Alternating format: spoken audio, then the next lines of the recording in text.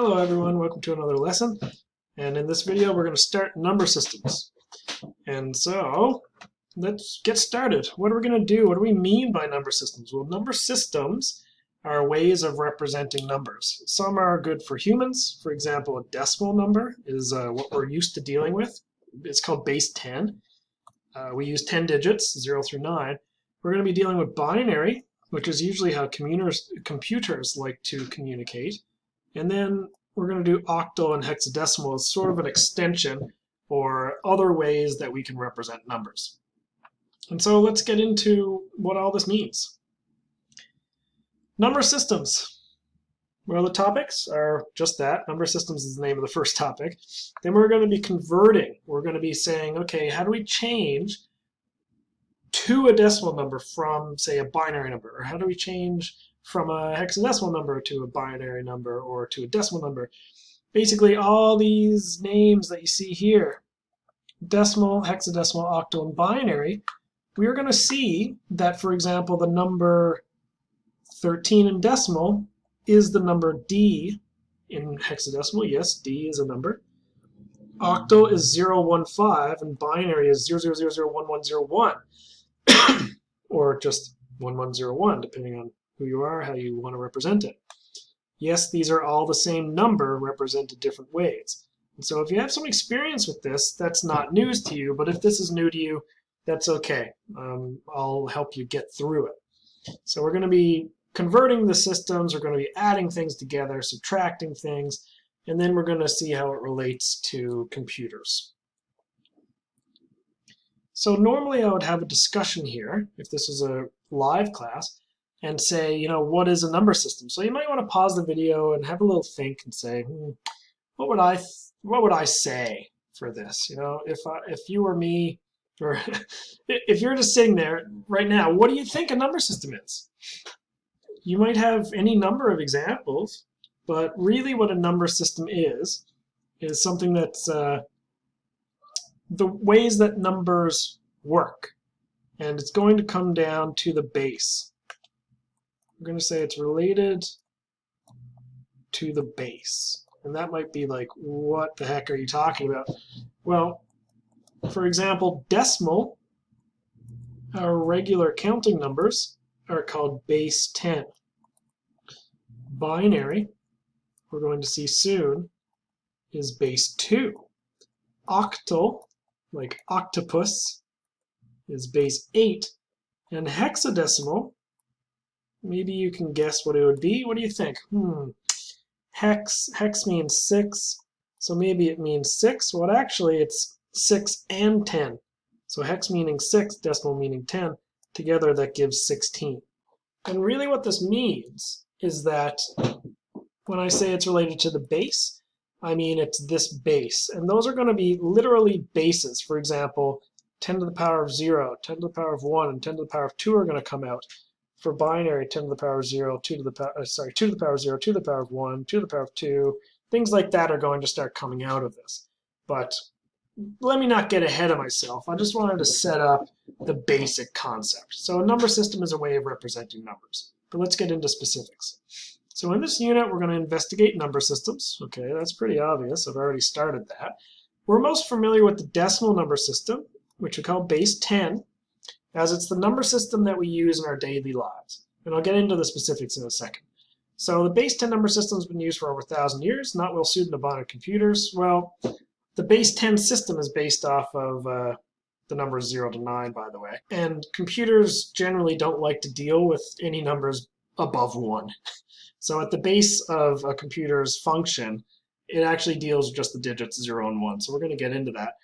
But again, just kind of foreshadowing, we're going to examine the decimal number system, and then we're going to introduce the 3 that I mentioned before. Binary, which is what computers love to use, and hexadecimal and octal, which are both ways that we can represent binary numbers, essentially is what it comes down to.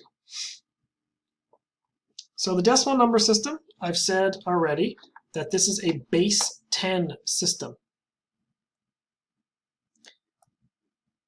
And what that means is that we can use the digits 0 through 9. So it means we have 10 digits to deal with, 0 through 9. we have 1, 2, 3, 4, 5, 6, typo, 7, 8, 9. So we're supposed to have the number 6, of course, and the number 7.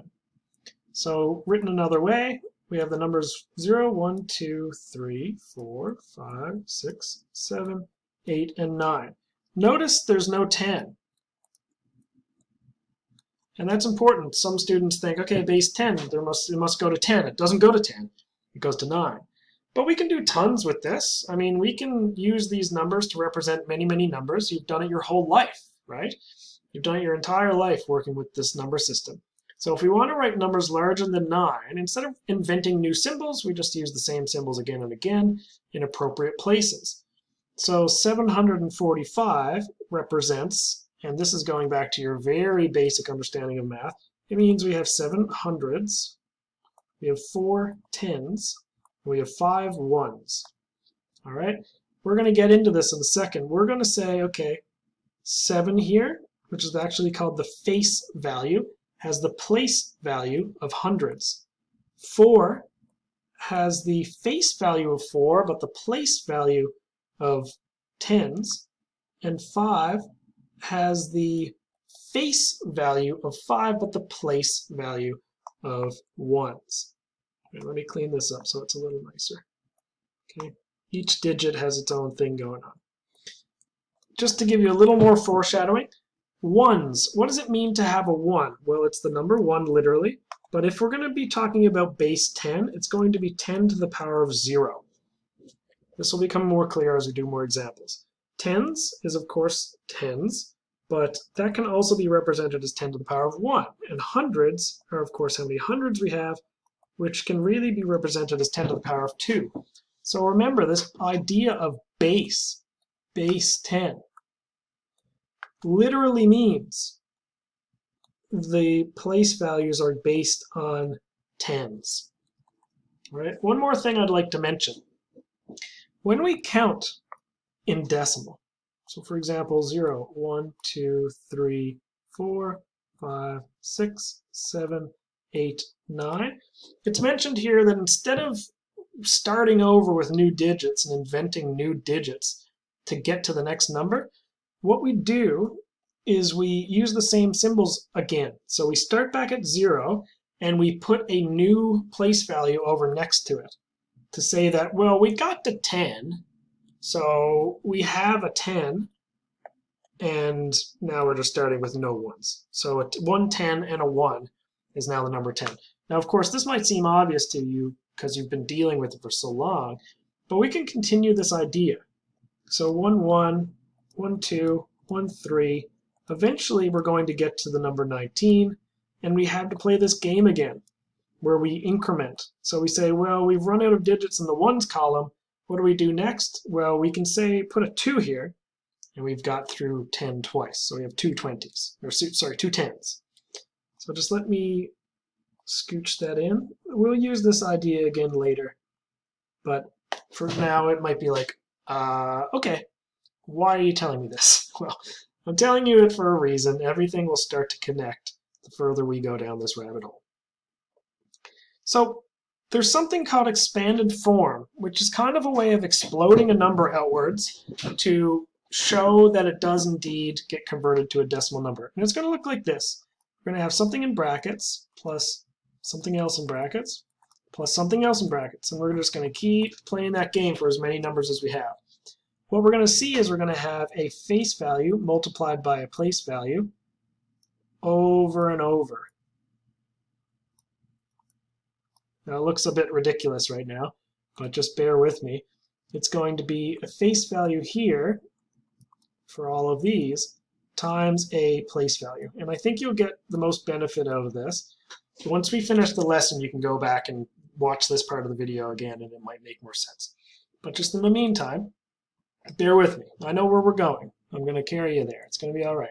So each position or digit in a decimal number has a face value and a place value.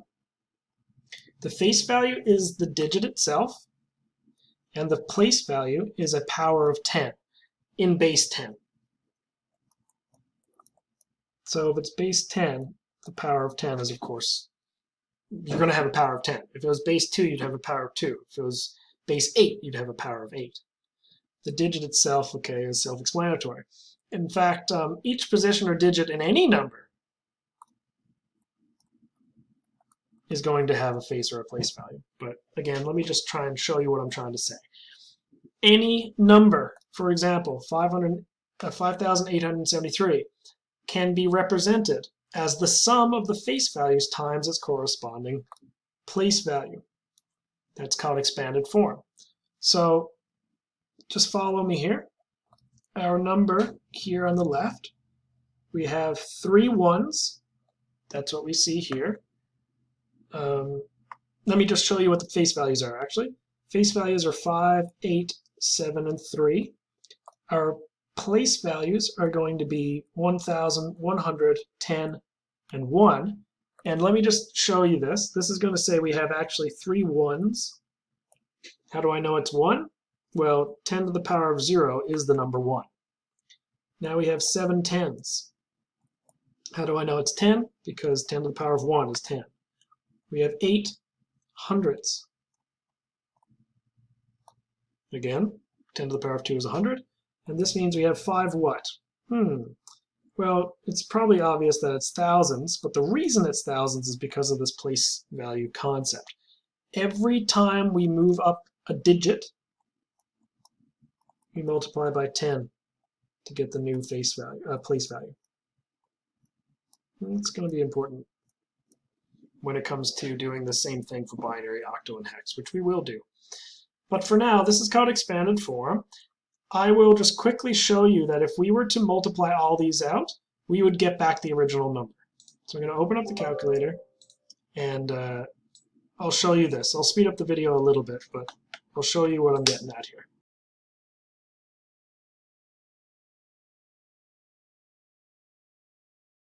Okay, and so we can see that indeed we got our 5,873, and the reason for that should be obvious for decimal numbers. Even though it's 5,873, it's like, well, obviously, that's what we started with. What are you trying to do, Scott?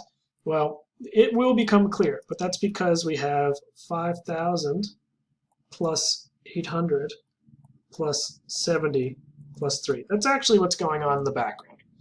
But again, this is a lot of setup for the later number systems. For decimal, it's kind of, you might be wondering why the heck we're doing this in the first place. But again, bear with me. So let's find the face value and the place value for each digit in the number 183. Well, the face value is just like we see it. It's what we see on its face. This is the thing we see when we immediately look at the number. But the place value is what's special about it. The place value here is going to be, for this case, it's 10 to the power of 0, also known as 1, or ones. The next one is 10 to the power of 1, also known as tens.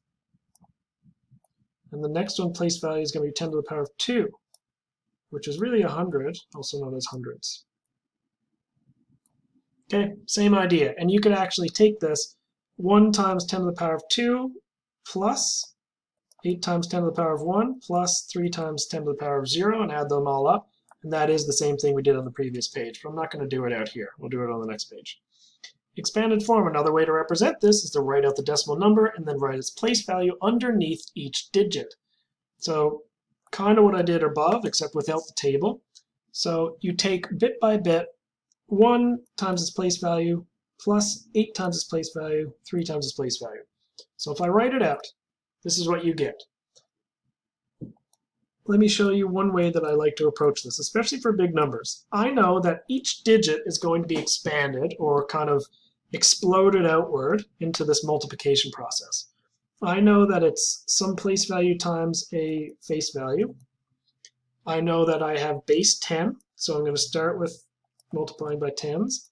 And I know that my multiplier, or my place value, is going to go from 0, 1, 2, and so on.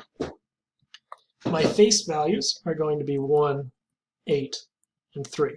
So when you read it on the page, it looks like I've just written down, everything left to right. But in my head, to keep track of everything, I'm kind of going all over the place. And another way to think of this is that your position here is your ones, your position here is your tens, your position here is your hundreds, or you can call them 10 to the 0, 10 to the 1, or 10 to the 2. It all means the same thing. So this is going to be the same thing as 1 times 100. I'm just going to show you this fully one time. This is the same thing as 8 times 10. It's the same thing as 3 times 1. Next step, 1 times 100, that means I have 100. The next step, 8 times 10, means I have 80, and 3 here. Finally, of course, it's 183.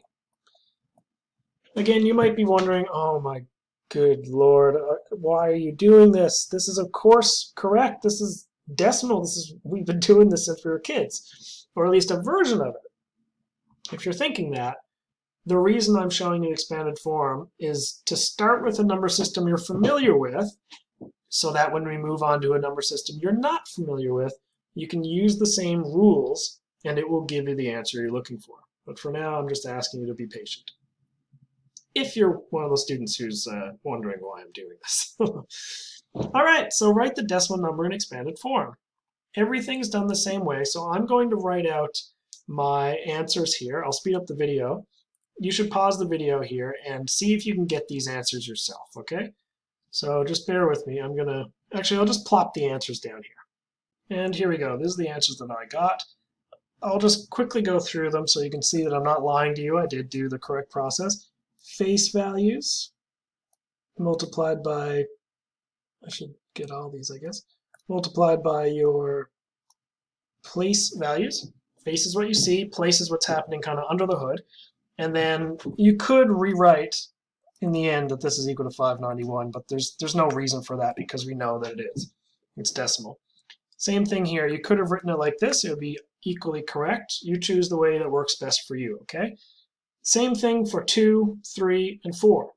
Now, something to make a note of. In 3 and 4, we've introduced zeros into the middle of our expressions. And so that's something to keep in mind. If you have a 0 here, you should be canceling that out, or at least thinking of it as being canceled out. And then you can simplify your answer. So you could write it as this. All right, just something to keep in mind. There's no reason to keep the 0 there because it just is literally nothing. But it's important to write it the first time around because we're trying to set up a reliable process, or like an algorithm, that we can follow those steps every single time and get the answer that we're looking for. And so in order for it to be complete, what I'll say here is I'll say I've included it for completeness, just so that my answer is completely clear to you. That's why I put it there in the first place. But really, once you get good at this, you can kind of just ignore them. So same story for number 4 here. There's zeros in the middle of this number. They'll be canceled out because anything times 0 is, of course, 0.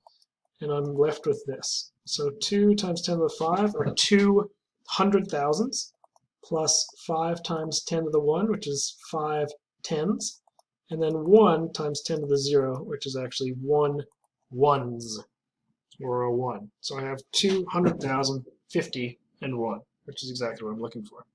So for decimal, I'm not going to lie, this is pretty boring stuff, but it might be new to you, which is why I think it could be actually quite interesting. And we can explode numbers this way, break them up into kind of their constituent parts. The next section, 10 and 11, page 10, page 11, are just practice. And so I'll write the answers to this here, but I'd like you to pause the video and try it yourself, just to be sure that you know what you're doing. I'm not going to explain these.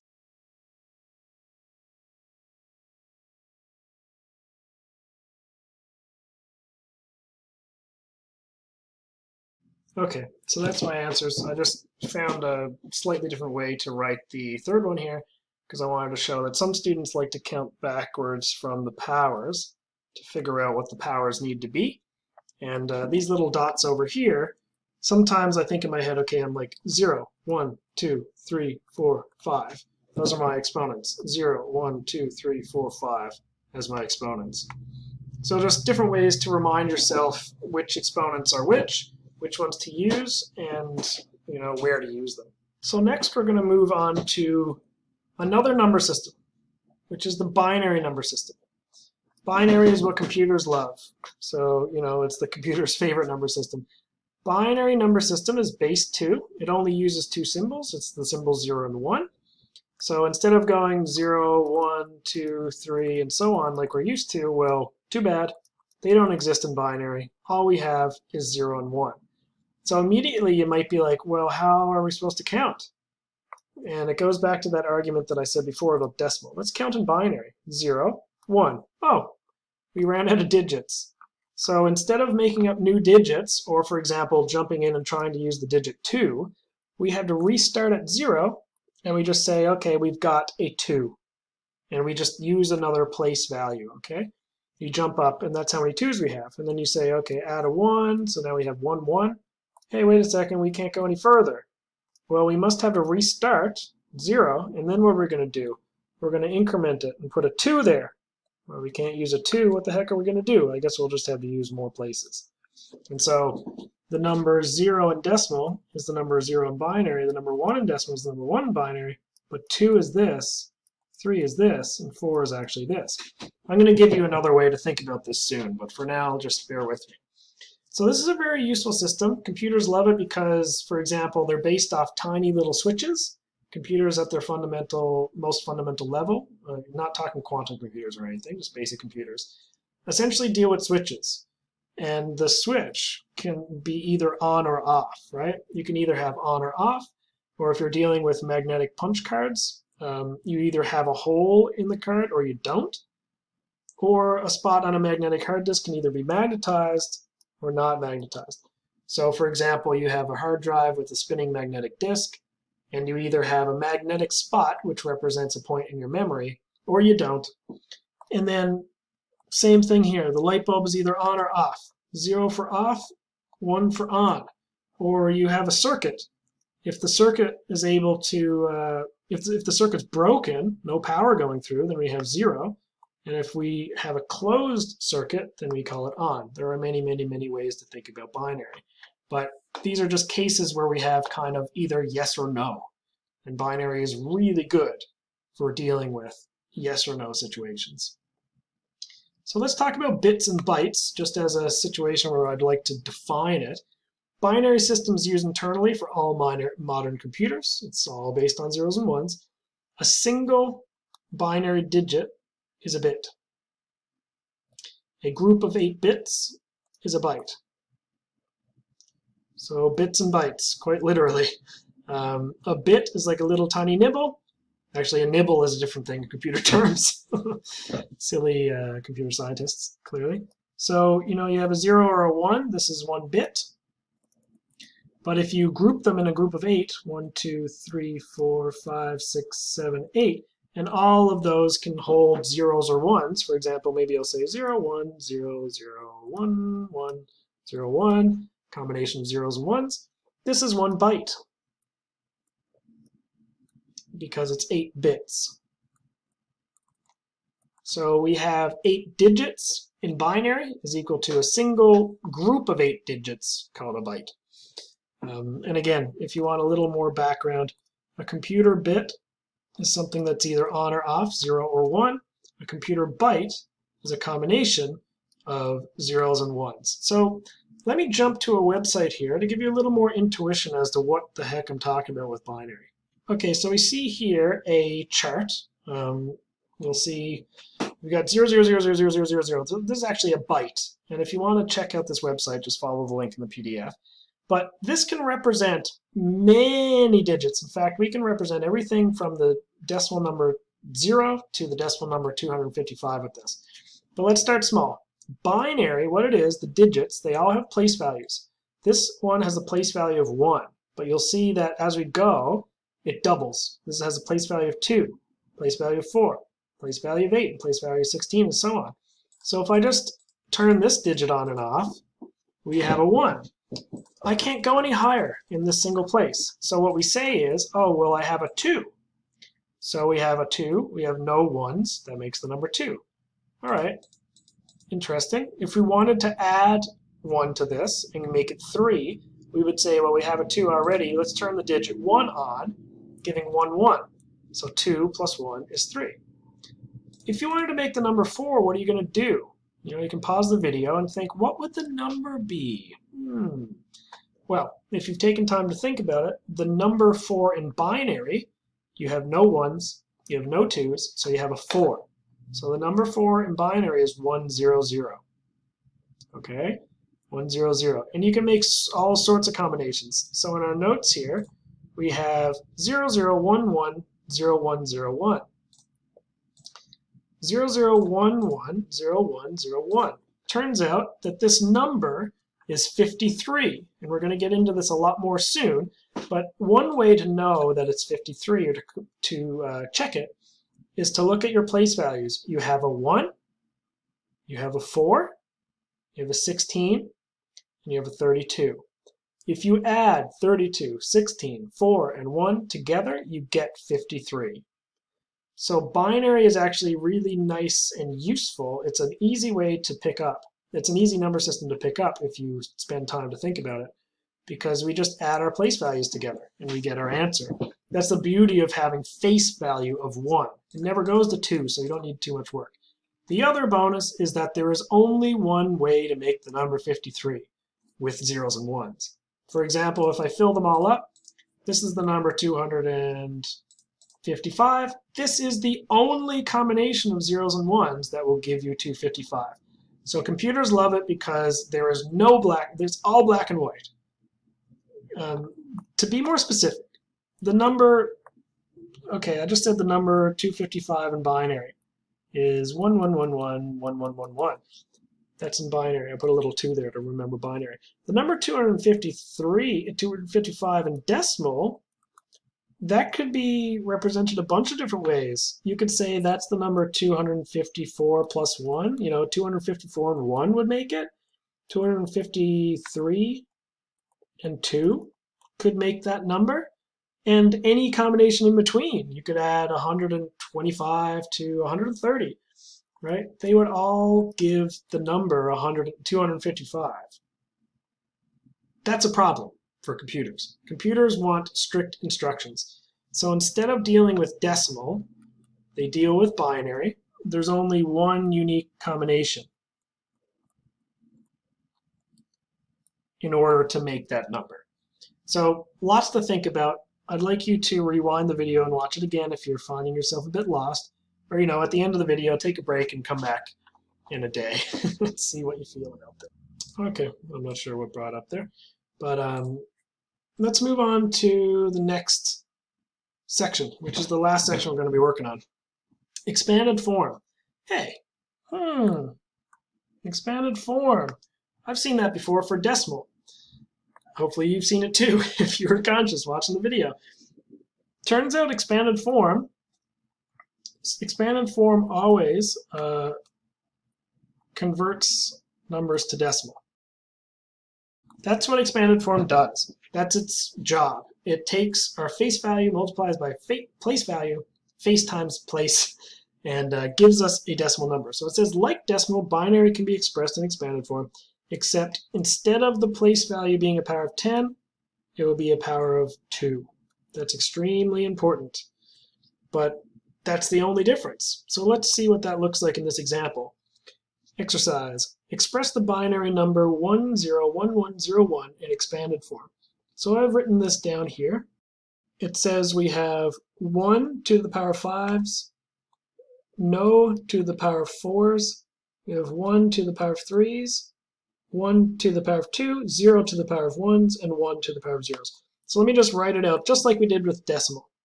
1 times 2 to the power of 5, 0 times 2 to the power of 4, and I'll do the rest. Okay, so this is what we're left with. Notice that there's a few ways of looking at this, but this is the strictest sense, no shortcuts really. And look at the place values, okay? This multiplier, 2 to the power of 1, is actually how many 1s we have. 2 to the power of 2 to the power of 0 is how many 1s we have. 2 to the power of 1 is 2, 2 to the power of 2 is 4, 2 to the power of 3 is 8, then 16, then 32. It turns out that every time we go up by a place value, we're multiplying by 2.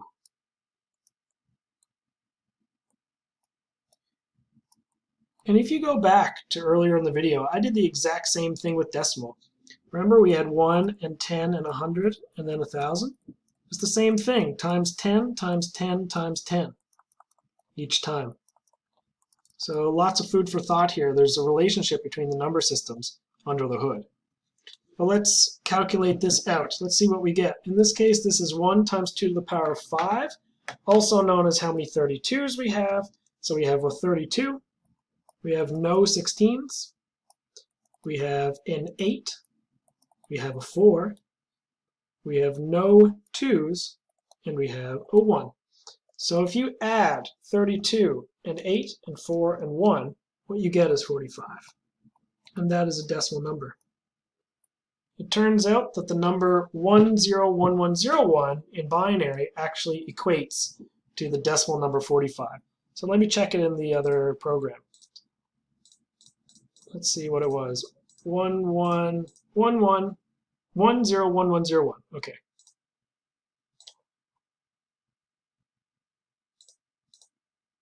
Sorry, I've immediately forgotten it. 101101. 101101 is the number 45. It's a little math, mental gymnastics there, trying to get that. But a 32 and an 8 and a 4 and a 1 all added together is a 45. Okay, so we're good here. Let's show one other way to convert binary. And I've said here, binary or base 2 is easy to convert to decimal, I mean, because it's all based on powers of 2. What that means is, if we look at a binary number, all you need to do, if I zoom right in, I can just remember that this is how many 1s I have, this is how many 2s I have, this is how many 4s I have, how many 8s I have, how many 16s I have, and how many 32s I have. Okay, so you can actually write out the number just like that. We have a 32, we have a 4, and we have a 1. So I can write that out just like it is. You can do it on a calculator or you can do it on paper. I'll just say 32 plus 4 plus 1 is 37. So binary is beautiful for this sort of operation. That's the only way to make the number 37 with 1s and 0s. That's the only way using base 2. So no gray area. It's the only possible numbers you can add. These are your only options. Okay, another way that students sometimes like to represent it is you've got 100101, 100101. And some students find it helpful to say this is how many 1s, 2s, 4s, 8s, 16s, 32s, and then add them that way. 1 times 32 plus 1 times 4 plus 1 times 1. It'll get you to the same place. Let's do the other one. I wish the keyboard would stop popping up. The other one, well, we have a 1 and a 2. What's 1 plus 2? 3. It's a decimal number. I'm putting these subscripts in because I'm trying to keep track of what my bases are, decimal or binary, because now I'm dealing with 2 different number systems, right? This one here, I would pause the video and try this one, see if you can get it yourself, but I'll write out my answer to it.